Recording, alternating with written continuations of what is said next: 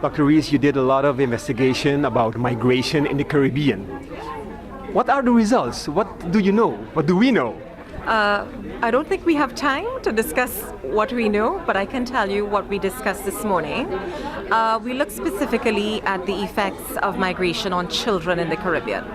And it was very interesting to note that the English-speaking Caribbean is not that much different from the situation in Curacao. We shared a lot of ideas in terms of the effects of children being left behind and what the social implications in terms of children not being able to focus in school, not being able to study. We looked at the impact, and this was a study that came out of UNICEF that was done for 4 countries in the Caribbean, in the English-speaking Caribbean. So for the Bahamas, Belize, Guyana, and Dominica, but it more or less was representative of the entire region. So we looked at things like the incomes, what were the families' level of development, and how they prepared or failed to prepare for migration. So some generalities applied, like for instance, overall, if families fail to plan for migration, then the impact is more on the child. So it doesn't mean that every child whose parents have migrated are suffering, but in the ones where there's not that emotional support, then children suffer from things like depression, they're angry, they have built-in resentment, they have low self-esteem. They tend to think about things like, because they're depressed, so they tend to think about things like suicide more than most children. In addition, it affects children in various age groups differently. So the children aged 10 to 13 years old, where they're just moving from primary school to secondary school, are the most difficult groups, because this is normally a difficult period for children to transition anyway. They're in that tween to teen period.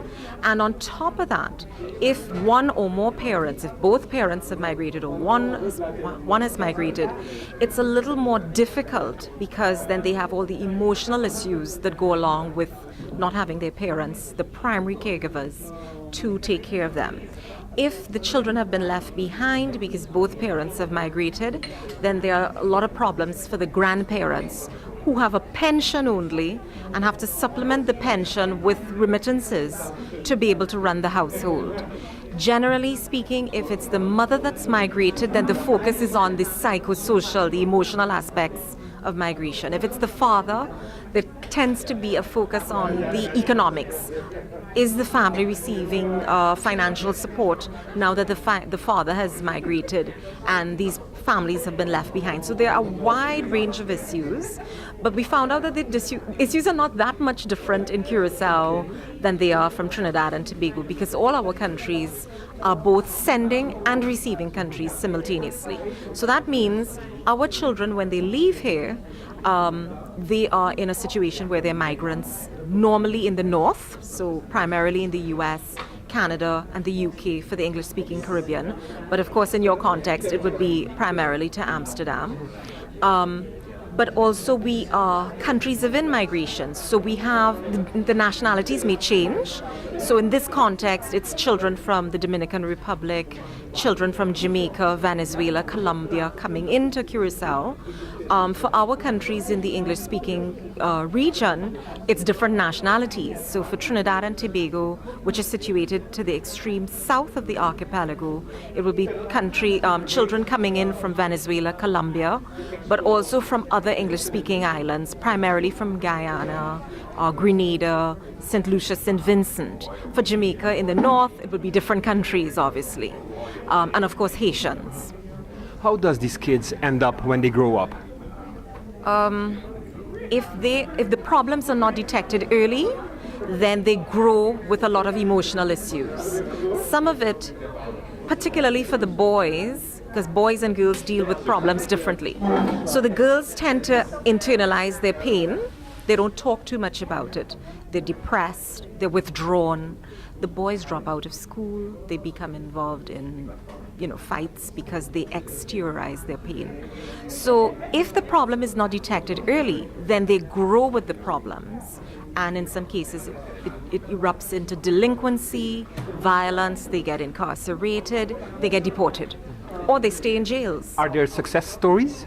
Yes, yes, there's success stories, and the success stories don't always deal only with resources, because I know a lot of the problems that we spoke about, we said, well, we don't have the financial resources, we don't have the human resources, but I think once you have the will, you can make change. So for example, a small country like Dominica, which receives a lot of migrants from Haiti and the Dominican Republic, they register the children at birth, so they actually ensure that stateless children are not born. You have a situation throughout the Caribbean and Latin America where a lot of migrant children are denied the basic rights to nationality. If they've come and they are undocumented and they did not travel with the Haitian passport, and if they're born in your country and you don't allow them citizenship, then they are without a state. They're in limbo. So you have the example of a small country with limited resources like the Dominican Republic, like Dominica, which ensures that Haitian children who are born to migrant parents are allowed to register in Dominica, which means that they have access to schooling, they are immunized, they're fully immunized, they have access to health care. And I think that's a success story that needs to be replicated, that needs to be, told. There's another instance where children in Belize, children from Guatemala and Belize share a border. So you have as many as 600 children that come across the Guatemalan-Belizean border every day to be schooled in English in Belize, and Belize provides the bus service and allows them to register in the schools. So we have some examples in the Caribbean, where things actually work. But again, it's that willingness on the part of governments to adhere to some of the human rights, the basic fundamental human rights. So there are some good stories. It's not all negative. Thank you so much for informing us. Okay, you're most welcome. Danke. Okay.